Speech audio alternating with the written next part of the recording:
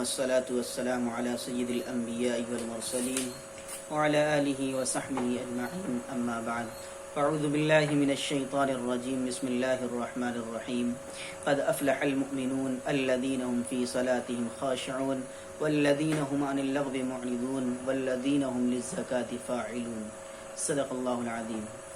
ناظرین، مفسرین نے اس آیت کے والذین هم للزکاة فاعلون کے دو معنی بیان کیے ہیں۔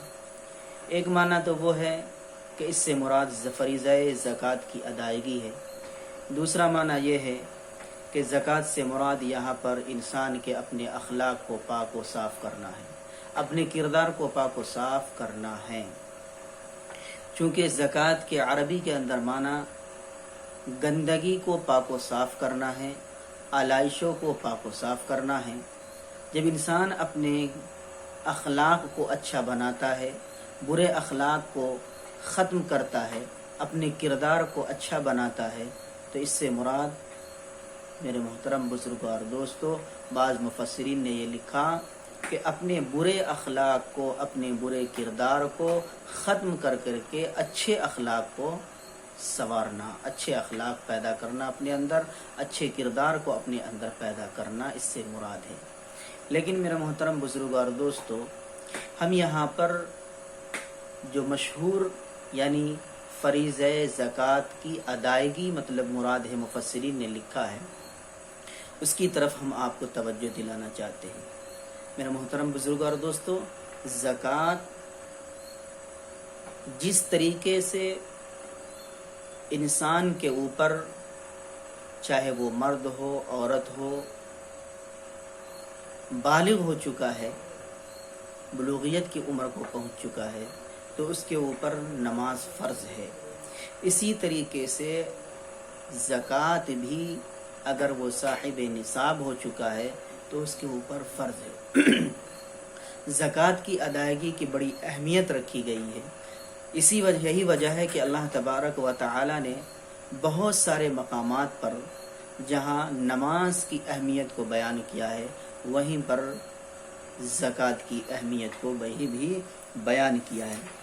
جیسے کہ اللہ تبارک و تعالی نے ایک مقام پر ارشاد فرمایا وَأَقِيمُوا الصَّلَاةَ وَآتُوا الزَّكَاةَ۔ اس آیت سے صاف ظاہر ہو جاتا ہے کہ اللہ تبارک و تعالی نے وَأَقِيمُوا الصَّلَاةَ، نماز قائم کرو اور زکوٰۃ دو، ایک جگہ بیان کر کے یہ اس بات کی اہمیت کی طرف اشارہ کر دیا کہ جس طریقے سے نماز کی ادائیگی فرض ہے، اسی طریقے سے زکوٰۃ کی ادائیگی بھی فرض ہے۔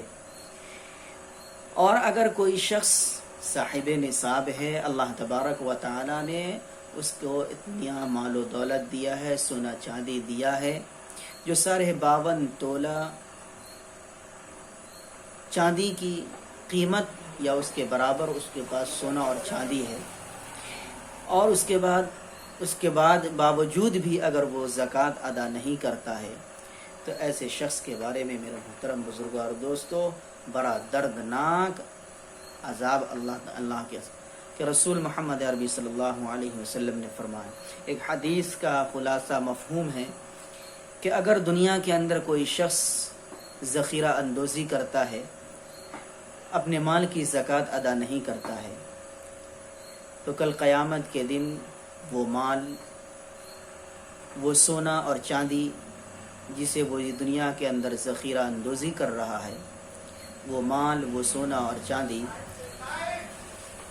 سانپ اور بچھو کی شکل میں آئے گا اور اس کو ڈسے گا، اور وہ یہ کہے گا کہ میں تیرا مال ہوں، میں تیرا خزانہ ہوں، میں تیرا سونا اور چاندی ہوں۔ اس لیے میرے محترم بزرگوں اور دوستو، زکوٰۃ کی بڑی اہمیت ہے، زکوٰۃ ہم سبوں کو ادا کرنی چاہیے۔ زکوٰۃ کی فرضیت جس طریقے سے نماز کی فرضیت ہے، ہم انسانوں کے اوپر فرض ہے، اسی طریقے سے اللہ تبارک و تعالی نے زکوٰۃ کو بھی ہر عاقل بالغ مرد عورت کے اوپر فرض کیا ہے۔ اللہ تبارک و تعالی سے دعا ہے کہ اللہ تبارک و تعالی ہمیں کہنے سے زیادہ عمل کی توفیق عطا فرمائے۔ وآخر دعوانا الحمدللہ۔